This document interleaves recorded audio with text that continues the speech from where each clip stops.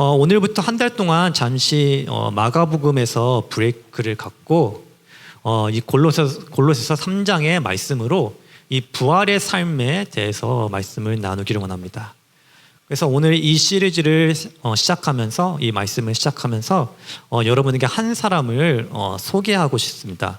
먼저 영상을 보고 우리 더 말씀을 나누겠습니다. 방금 본 영화 트레일러는 이 1981년에 개봉된 불의 전차라는 영화입니다. 이 영화는 이 1924년 파리 올림픽 육상 금메달리스트인 에릭 리델의 스토리를 다룬 영화입니다. 혹시 이 영화를 보신 분 있나요? 꽤 옛날 영화긴 한데 이 영화는 1999년 영국 영화협회에서 선정한 최고의 영국 영화 100편 목록에서 19위에 선정될 정도로 좋은 영화니까 한번 시간 나실 때 한번 보는 것도 한번 추천합니다. 이 영화의 스토리는 이렇습니다. 이 에릭 리델은 스코틀랜드 선교사의 아들로 태어납니다. 그리고 그는 하나님께 영광을 돌리기 위해 달리는 크리스천이었습니다. 그리고 그는 뛰어난 실력으로 1924년 파리 올림픽 100m 달리기 주자로 선발이 됩니다.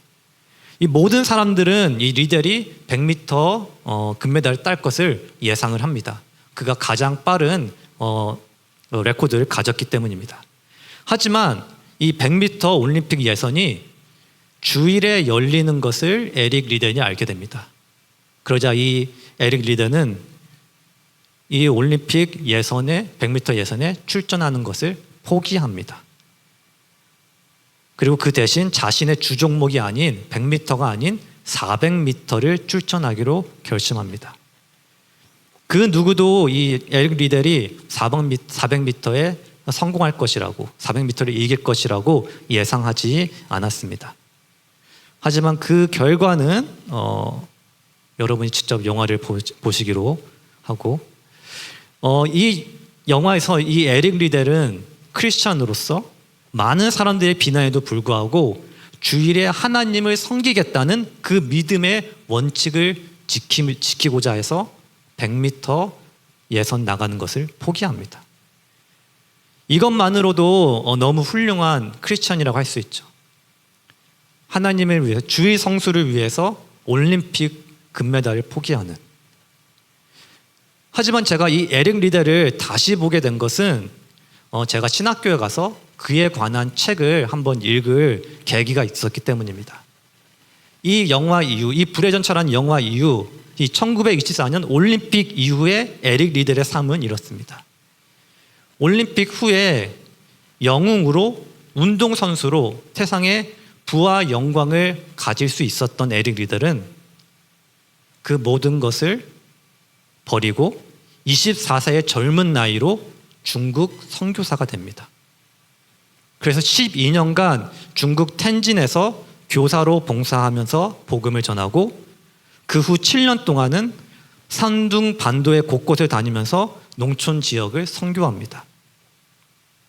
그러나 1930년대 후반에 일본이 중국을 침략하면서 일본군 점령 아래 선교사들이 체포되기 시작했고 에릭 리델 역시 1943년에 일본 포로 수용소에 갇히게 됩니다.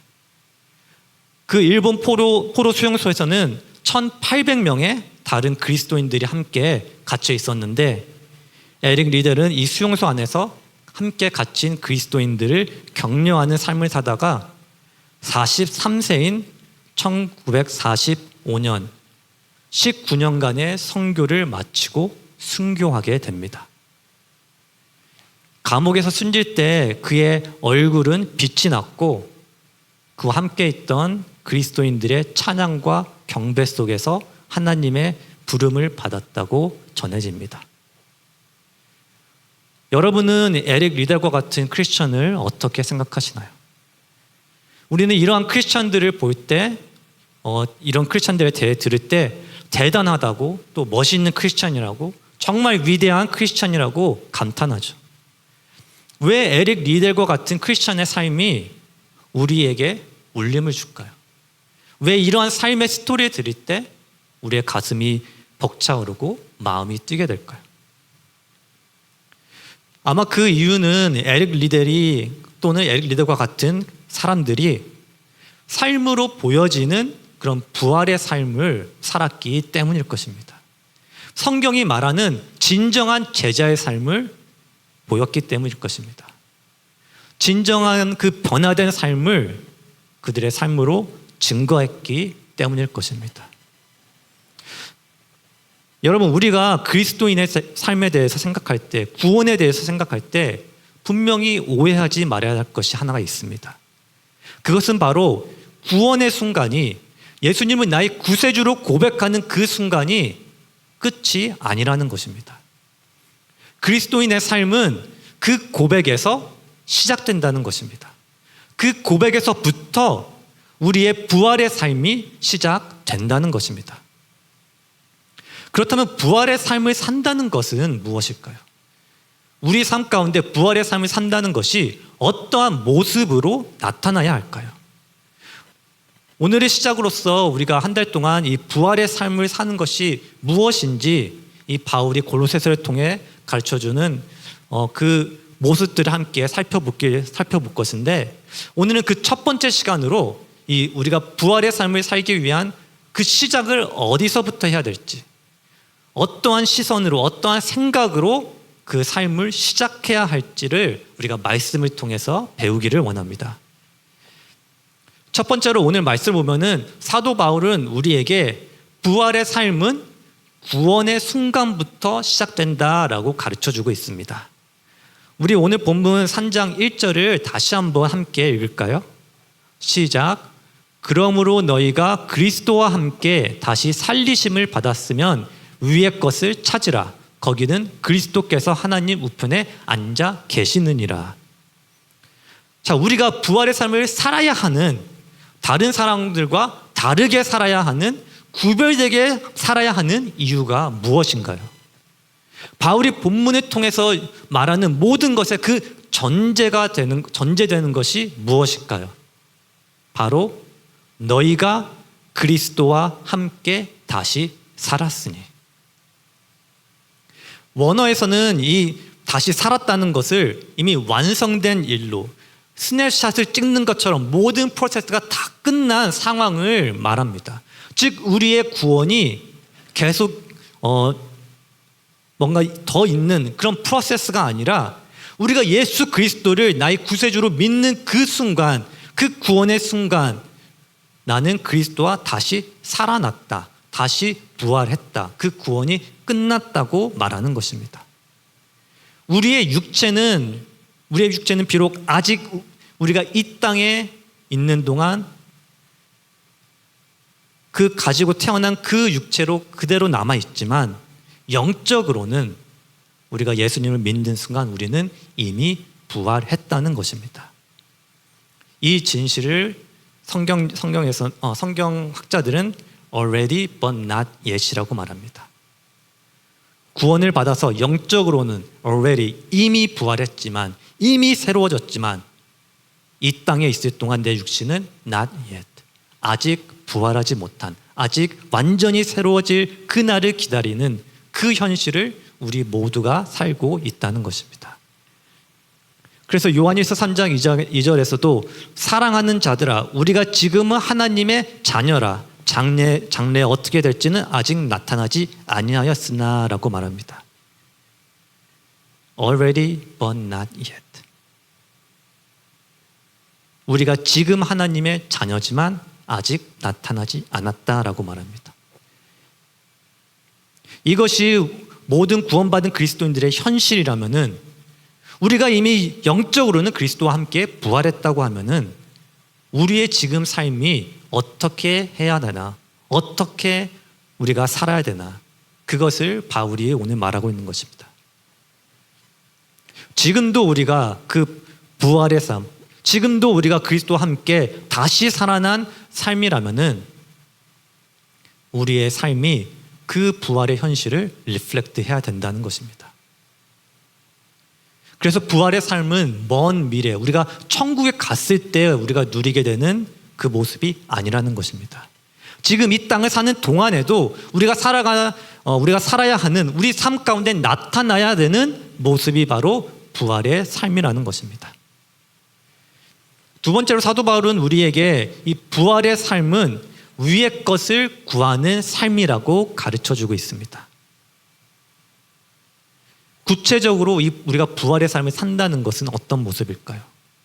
오늘 보면 3장 1절의 후반부를 보면은 위의 것을 찾으라, 거기는 그리스도께서 하나님 우편에 앉아 계시느니라 라고 사도 바울은 말하고 있습니다.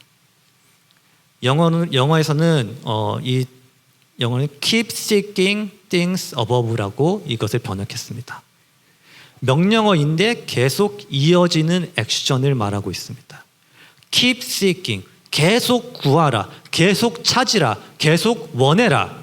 이렇게 바울은 우리에게 명령하고 있다는 것입니다. 이 위의 것을 찾는다는 것이 무슨 의미일까요? 바로 하나님이 계신 곳, 그리스도께서 하나님 우편에 앉아 계신 곳, 그곳, 바로 천국을 찾으라는 것입니다. 천국에 포커스를 하라는 것입니다. 천국에 계신 그리스도께 우리의 시선을 맞추라는 것입니다. 예수님도 사도 바울과 같은 명령을 우리에게 하십니다. 마태복음 6장 33절을 우리 함께 읽어볼까요? 시작. 그런즉 너희는 먼저 그의 나라와 그의 의를 구하라. 그리하면 이 모든 것을 너희에게 더하시리라.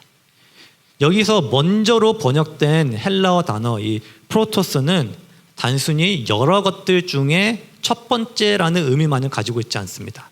오히려 이 단어는 우선순위, 가장 중요한 것이라는 의미를 담고 있습니다. 즉 예수님은 우리에게 이렇게 명령하고 있는 것입니다. 무엇보다도 가장 우선순위로 모든 것을 제쳐놓고라도 하나님의 나라와 그의 의를 구하라 라고 명령하고 있는 것입니다. 이것이 바로 부활한 삶인 것입니다. 그렇다면 이 부활의 삶이, 이 부활한 삶이 구체적으로 어떻게 나타내야 될까요? 오늘 보면 2절을 보면은 바울은 이렇게 말합니다. 위의 것을 생각하고 땅의 것을 생각하지 말라. 우리는 위의 것, 천국을 구할 뿐만 아니라 생각해야 한다라고 바울은 말합니다. 천국을 생각한다는 것은 하늘의 가치, 그리스도의 가치가 우리의 삶을 지배하는 것을 의미합니다. 우리의 생각과 삶의 방식이 왕이 되시는 그리스도를 중심으로 끊임없이 조정되고 방향 잡히는 것을 의미합니다. 천국의 마음을 두고 그리스도의 뜻, 그리스도의 계획, 그리스도의 공급하심, 그리고 그리스도의 능력에 마음을 두는 것을 의미합니다. 비록 우리의 육체는 아직 하나님의 나라를 상속받을 준비가 되어 있지 않지만, 그래서 우리의 몸으로서 우리의 몸을 가지고 아직 천국에 갈 수는 없지만 우리의 생각과 마음은 계속 천국을 향해 올라가 있는 그 현실.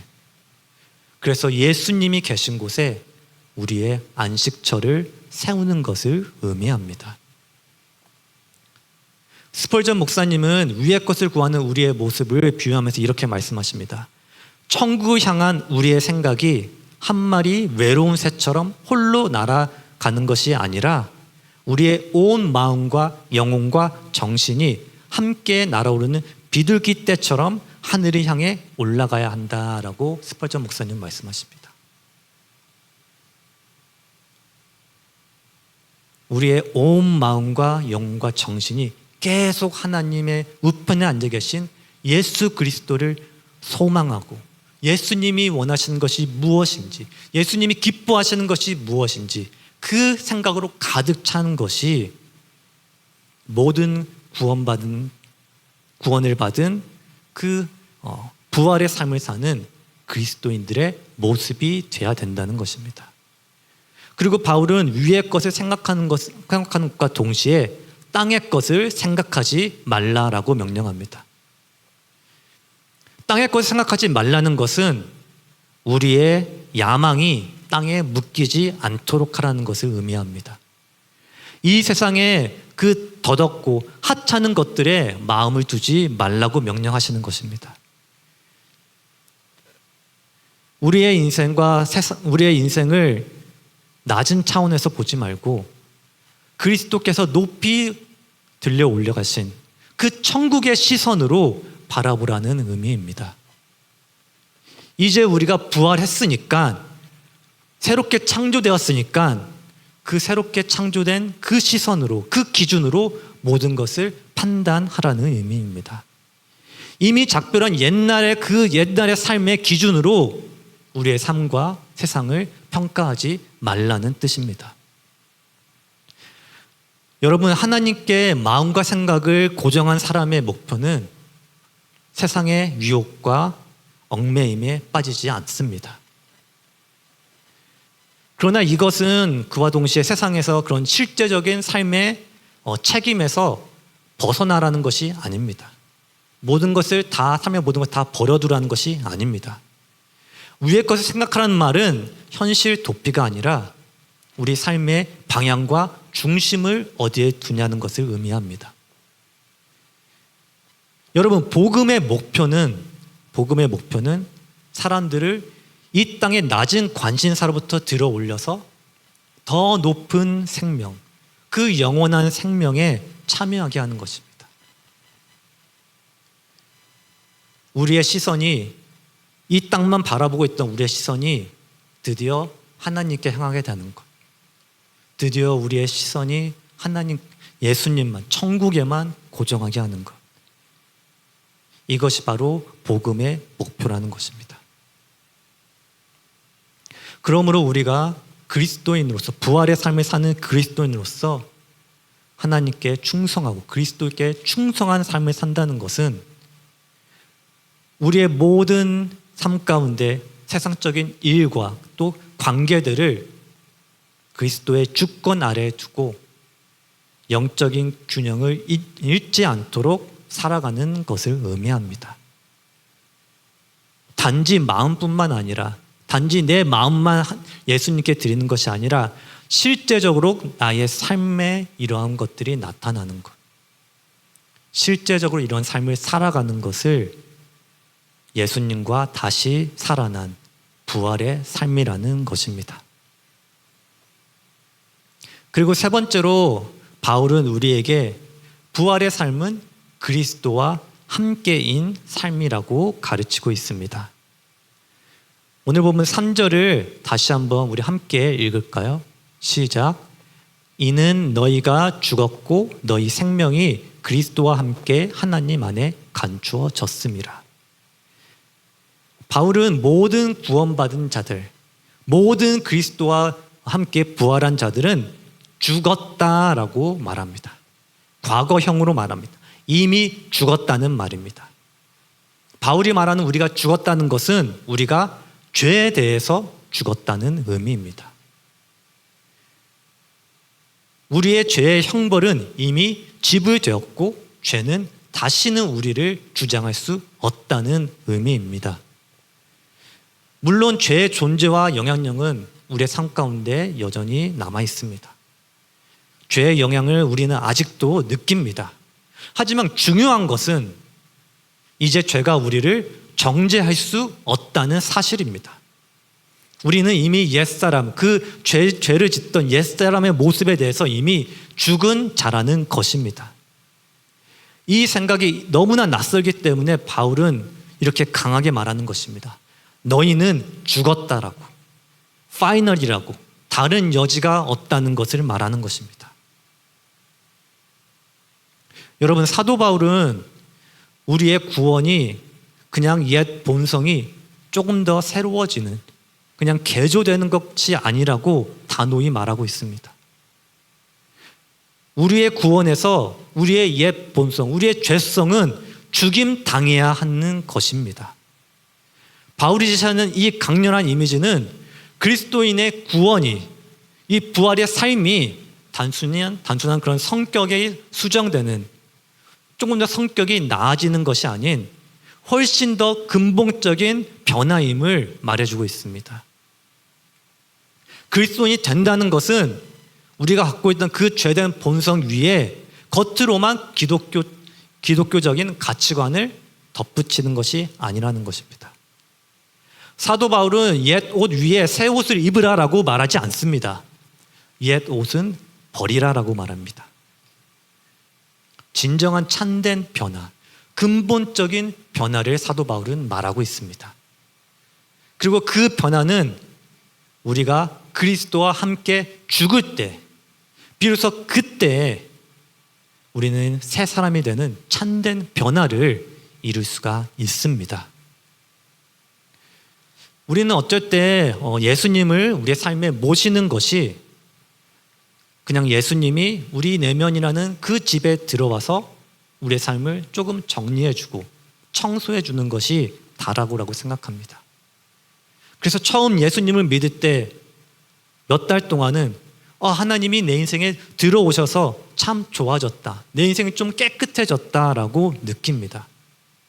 하지만 예수님이 우리 삶에 원하는 것은 그게 전부가 아닙니다. 예수님을 믿는다는 것은 이러한 것입니다. 우리가 어느 날 창밖을 보니까 건물을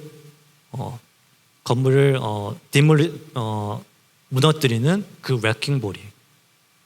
레킹볼이 우리 창문 앞에 서 있는 것.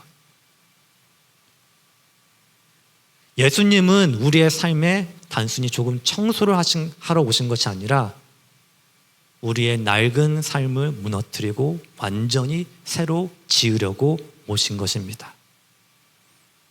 나의 옛날의 모든 것, 나의 모든 그 옛 죄성이 모든 것이 무너지고 예수 그리스도로 인해서 새로운 건물과 같이 세워지는 것. 이것이 바로 구원, 부활의 삶입니다.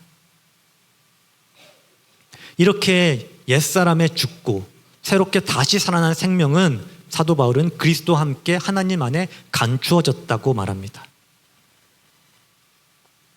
이 말은 구원받은 우리는 이제 하나님 밖에 있는 자가 아니라는 것입니다. 이제 우리는 그리스도와 함께 하나님 안에, 그리스도와 함께 하나님과 연합되었다는 것을 의미합니다. 그리스도가 하나님과 삼위일체로 함께 묶여 있는 것과 같이 우리 또한 그리스도와 함께 묶여 있다는 것입니다. 그래서 그리스도가 하나님 안에 있기 때문에 우리 또한 하나님 안에 있다는 의미입니다. 여러분, 바울이 오늘 본문을 통해서 강조하는 것은 바로 이것입니다. 예수 그리스도, 오직 예수 그리스도만이 우리가 부활의 삶을 살아가는 열쇠라는 것입니다. 오늘 4절 본문을 보면은 우리 생명이신 그리스도께서 나타나실 그때에 너희도 그와 함께 영광 중에 나타나리라 라고 말씀하십니다. 영어로는 Christ who is our life, 그리스도는 우리의 생명이다 라고 말씀하시는 것입니다.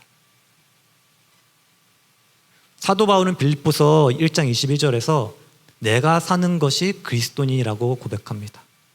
하지만 바울은 이것이 자신만이 누리는 특권이 아니라고 생각합니다.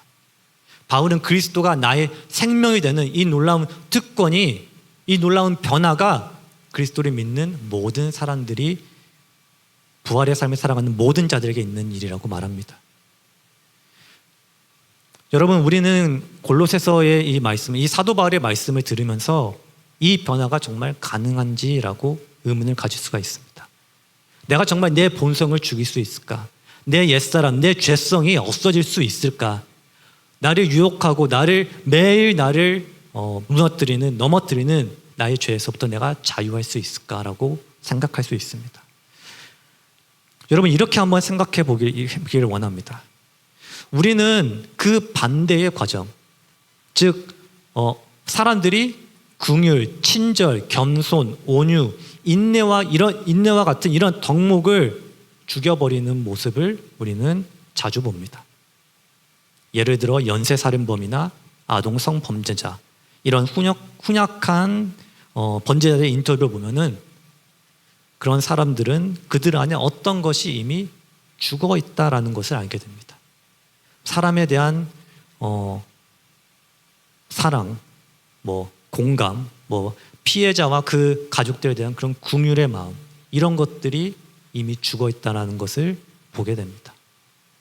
그렇다면 만약 사람이 선한 덕목을 죽일 수 있다면 반대로 음욕이나 악한 욕망이나 탐욕이나 분노나 악이나 비방이나 거친 말 같은 죄성 또한 죽일 수 있어야 되지 않겠습니까? 그러나 성경은 그것이 우리의 의지로 되는 것이 아니라고 말합니다. 성경은 우리의 힘으로 너의 죄성을 죽이라라고 말하지 않습니다. 우리의 죄성을 이길 힘은 우리를 그리스도와 함께 다시 살리신, 그리고 죽은 자 가운데서 그리스도를 일으키신 하나님의 능력으로부터 나온다라고 말합니다. 여러분, 이것을 분명히 기억하시길 바랍니다. 우리가 옛적에 어쩔 수 없었던 그 죄의 강제적인 그 힘은 이제 하나님의 압도적인 능력으로 여러분의 삶 가운데 대체되었다는 것입니다.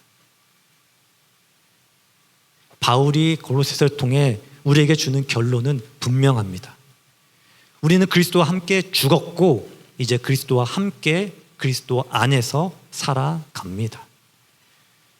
구원받은 우리의 생명은 그리스도의 생명과 함께 결합되어 있으며 이제는 하나님 안에서 그리스도와 함께 안전하게 감추어진 생명입니다. 그리고 그리스도께서 살아계시기에 우리 또한 살아 있습니다. 그리스도께서 우리의 생명이시기 때문에 우리의 생명 또한 그리스도의 생명처럼 영원하다라는 것입니다.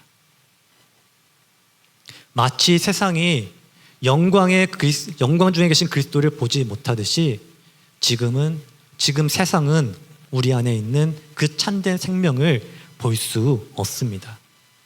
그러나 언젠가 그리스도께서 영광 가운데 나타나실 때 지금 그리스도 안에 감춰진 우리의 생명 또한 그리스도와 함께 드러나 그리스도의 영광에 동참할 날이 우리에게 반드시 올 것입니다. 그래서 요한일서 3장 2절에 사랑하는 자들아, 우리가 지금 하나님의 자녀라. 장래에 어떻게 될지는 아직 나타나지 아니하였으나 그가 나타나시면 우리가 그와 같을 줄을 아는 것은 그의 참모습 그대로 볼 것이기 때문이니 라고 사도 요한은 말한 것입니다. 하나님의 자녀이신 여러분, 지금 여러분의 모습은 어떻습니까? 아직도 죄에 넘어지고 죄와 스트러글하고 실패하고 있으십니까? 아니면 혹 그러한 스트러글도 없이 그 죄의 모습에 안주하고 만족하고 계십니까? 이 정도는 괜찮지라며 수많은 작은 죄들을 즐기고 계시지 않습니까? 아니면 죄와 싸우다가 그냥 이렇게 살지 뭐, 이렇게 태어난 거 이렇게 살지 하면서 포기하신 분 혹은 있으신가요? 여러분, 반드시 기억하시길 바랍니다. 우리의 삶은 그리스도입니다. 우리는 그리스도와 하나입니다. 여러분 안에 예수 그리스도가 계신다는 것입니다. 그래서 빌립보서 2장 13절에 너희 안에서 행하시는 이는 하나님이시니 자기의 기쁘신 뜻을 위하여 너희에게 소원을 두고 행하게 하시나니라고 사도 바울은 말합니다. 절대로 우리 안에 행하시는 하나님의 능력을 가볍게 여기지 마시길 바랍니다.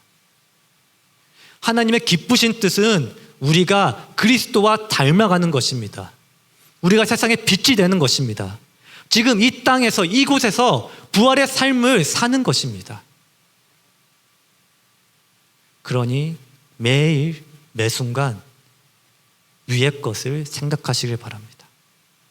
땅의 것을 생각하지 말고 오직 위의 것을, 예수 그리스도가 하나님 우편에 앉으신 그 천국을 바라보며 살아가길 원합니다. 그 천국의 것을 구하고 천국을 향해 나아가기를 바랍니다. 여러분은 이미 죄에 대해서 죽었습니다. 그리고 예수 그리스도와 완벽하게 완전하게 부활했습니다. 그러니 부활에 합당한 삶을 우리 모두는 살아가야 됩니다. 이것이 구원을 받은 모든 그리스도인이 살아가야 되는 삶입니다. 그 누구도 예외는 없습니다.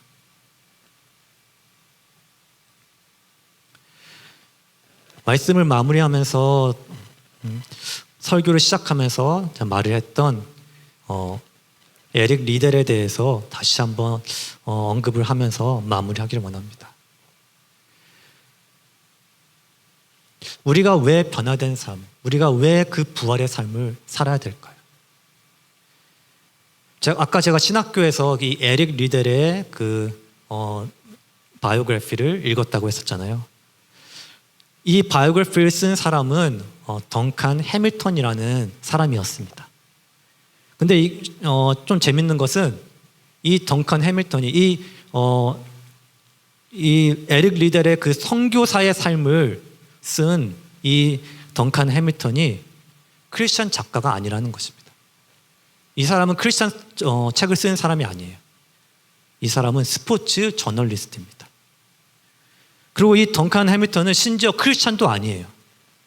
크리스천도 아닌 스포츠 저널리스트가 이 에릭 리델의 삶을 보았을 때 그 삶의 무엇인가가 그를 움직였다는 거예요. 이 에릭 리델의 삶을 남겨야 되겠다는, 이 에릭 리델의 그 스포츠 영웅의 모습이 아닌, 육상 선수가 아닌 그 선교사로서 살았던, 크리스찬으로 살았던, 하나님의 나라를 위해 살았던 그 모습이 남겨야 되겠다고, 그 모습을 남겼다고 생각해서 그 사람이 이 책을 쓴 것입니다. 여러분의 삶은 지금 이 땅에서, 이 세상에서 무엇을 드러내고 있나요? 무엇을 증거하고 있고, 무엇을 예수 그리스도의 무엇을 나타내고 있나요? 여러분의 주변에 있는 사람들이 여러분의 삶을 보면서 정말 크리스찬으로서 남길 만한 무엇인가를 발견하고 있나요? 크리스천이 아닌 사람들도 인정할 만한 그런 부활의 삶을 여러분은 살고 있나요? 아니면 아무도 여러분이 크리스천인 것을 모를 만한 세상 사람과, 죽어 있는 사람들과 아무런 차이 없는, 아직도 죽은 것과 같은, 시체와 같은 삶을 살고 있나요?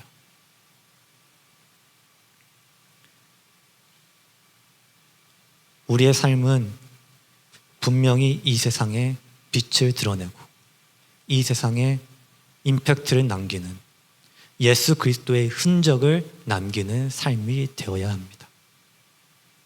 그 삶을 위해서 우리는 세상과 다른 삶을, 다른 모습을, 그리스도를 닮아가는 모습을 살아야 합니다.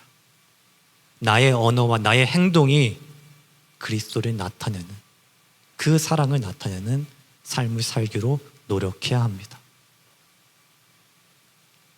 우리가 계속해서 한 달 동안 어떻게 하면은 그런 모습들이 나타날지 더 구체적으로 살펴보게 될 텐데, 이번 한 주를 살아가면서 정말 저도 그렇지만 우리 스스로 정말 우리 스스로를 점검하는 시간이 되길 바랍니다. 내가 정말 부활의 삶을 살고 있는지, 나한테 정말 버려야 될 그런 죄의 모습들은 없는지, 그것을 살펴보면서 더 예수 그리스도가 계신 그 천국의 것을 구하는 한 주가 되기를 소원합니다.